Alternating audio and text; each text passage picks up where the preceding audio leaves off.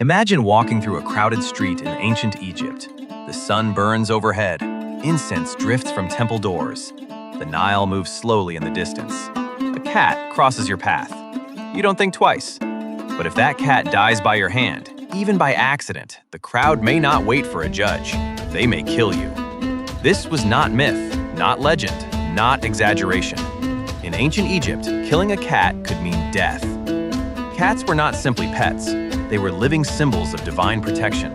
They were sacred to Bastet, the goddess of the home, fertility, joy, and protection. But Bastet was not always gentle. In earlier times, she was a lioness, fierce and destructive, a force of divine wrath.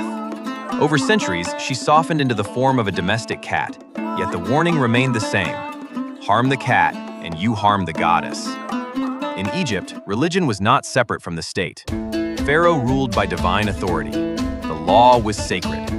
To insult a holy animal was to threaten the balance of the universe itself. The Egyptians called that balance ma'at, order, harmony, stability, the fragile structure that kept chaos away.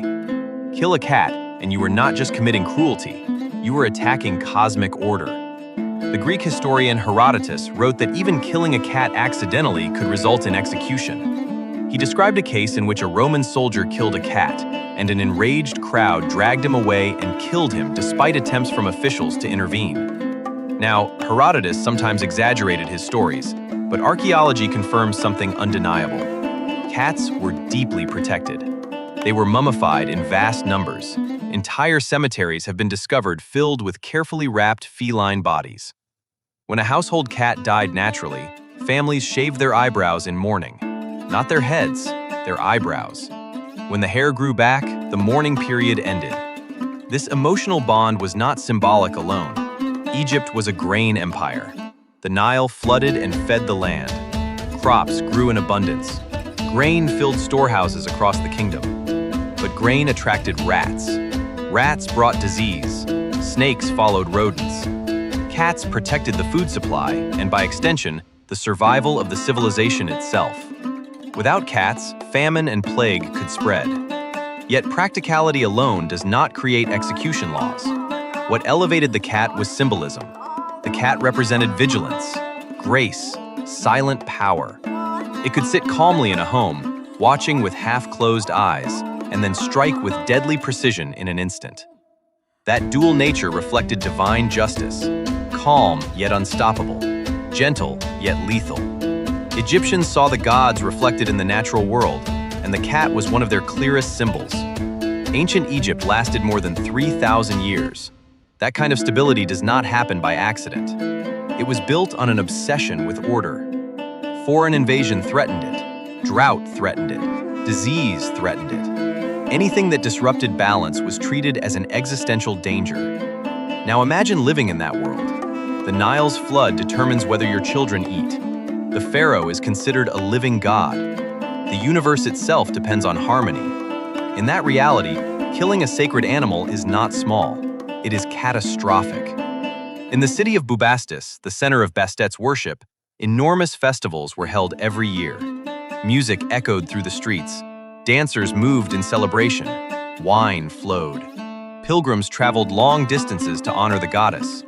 Many brought offerings, including mummified cats. Some were beloved pets. Others were bred within temple complexes specifically for ritual sacrifice. This is where the story becomes complex. Because while killing a cat unlawfully could mean death, temples themselves sacrificed cats as sacred offerings. The difference was permission, authority, divine sanction. In Egypt, intent mattered. Religious authority defined the line between sacred devotion and criminal act. Foreigners often failed to understand this devotion. To a Greek merchant or a Roman soldier, a cat was simply an animal. But in Egypt, it was untouchable. There are accounts of Egyptians risking their own lives to save cats from burning buildings. When fires broke out, people reportedly formed lines to catch falling cats before they hit the ground. That is not casual affection. That is sacred reverence. Imagine being a traveler in that time. You step into a crowded alley. A cat darts between your legs. You stumble. The animal is crushed. Silence falls. Eyes turn toward you. Someone shouts. You try to explain that it was an accident, but explanation may not matter. In that moment, you have offended Bastet. You have disrupted Ma'at, and the crowd may believe that your death restores balance. Was every case punished with execution? Probably not. Laws in the ancient world were not always applied evenly, but the belief that it could be punishable by death was powerful enough when supported by faith.